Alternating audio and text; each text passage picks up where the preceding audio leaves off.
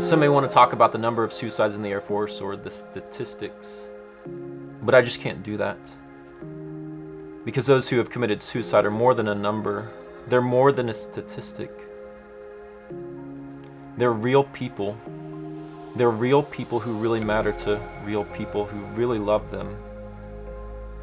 And so today we're going to share a couple of stories of real people who chose to take their lives or attempted to take their lives, who really mattered. And they want to tell these stories because you matter. They want you to know that you matter and that you're loved and that you're not alone. And here are their stories.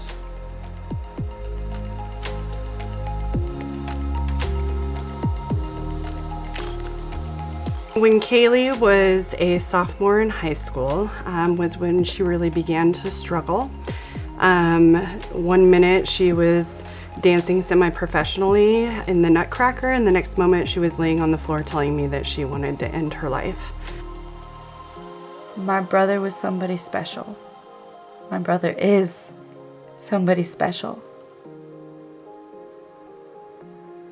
Benjamin will always be somebody special. Always.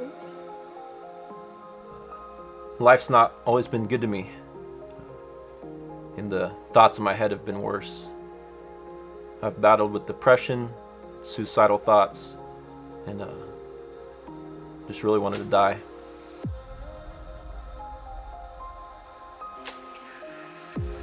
We came to a point where we thought we were going to go from a family of 5 to a family of 4. Our family got turned upside down in a matter of days, really, and it was tough. It was scary. Our daughter tried to commit suicide 6 times, and we were not prepared. We didn't know what was going on. It was an out-of-body experience that nobody could ever plan for or prepare for. It devastated our family. It devastated me.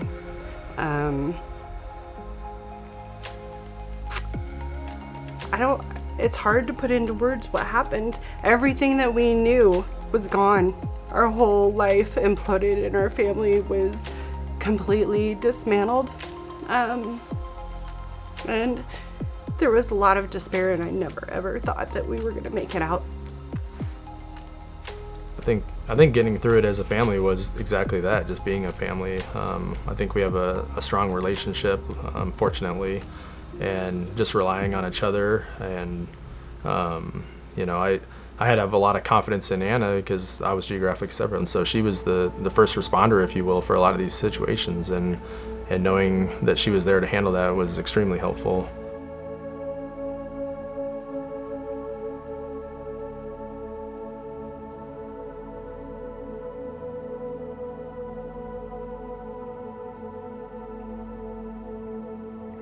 Ever since he was little, everyone always said, there's just something about that kid.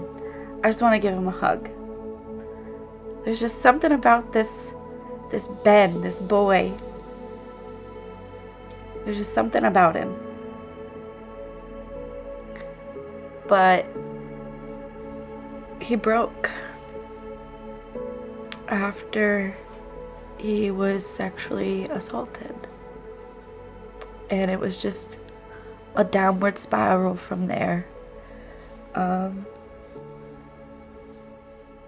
What happened to my brother is he couldn't take any of that hurt, any of that guilt, any of that shame, any of that fear anymore. And he took his own life. He was 16. 3 months shy of turning 17. He took his own life.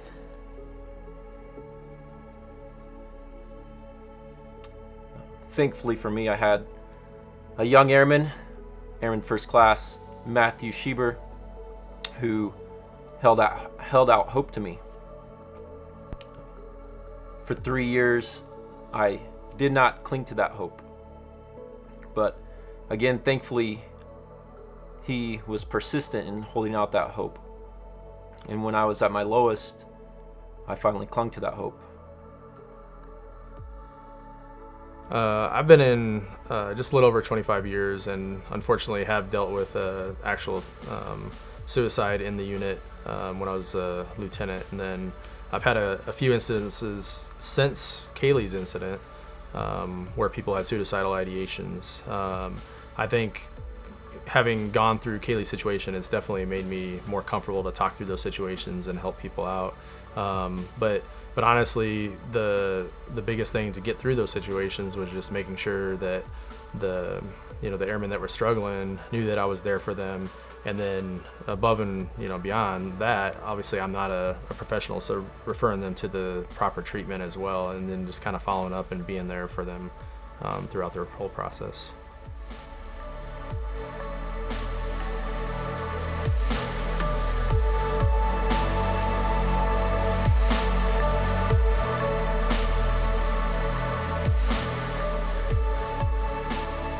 In 2016, I was struggling. In 2016, I was suicidal.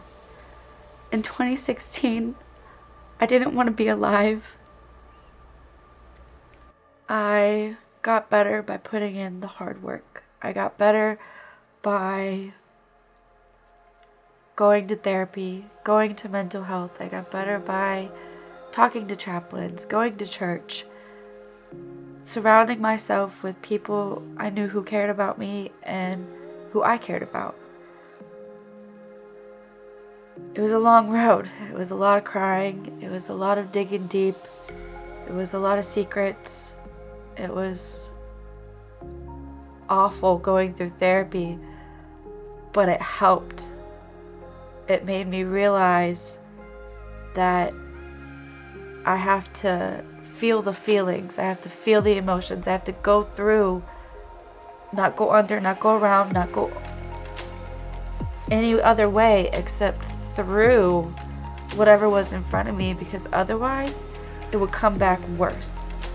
And so if I didn't deal with it then, I would deal with it later. And I didn't want to do that anymore. I was tired of doing that. So I went and got the help I needed.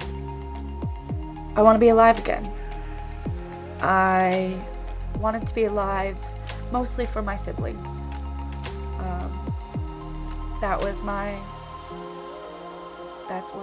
why at the time. Now my why is I want to be alive for me.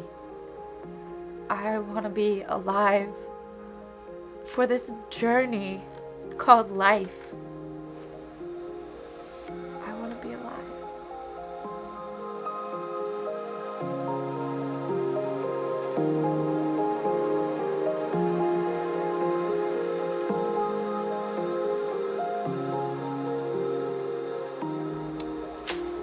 I don't know your story. I don't know where you're at in your story. But I hope that you find hope. I hope that you find hope because you're a real person who really matters to real people who really love you. And if you still need help, you're still struggling with how to make something beautiful out of whatever mess it is that you think you're in, call someone. Call an MFLAC. Call mental health. Reach out to a chaplain. Your religion doesn't matter, but you do. You matter to me. You matter to those who love you. You are not alone.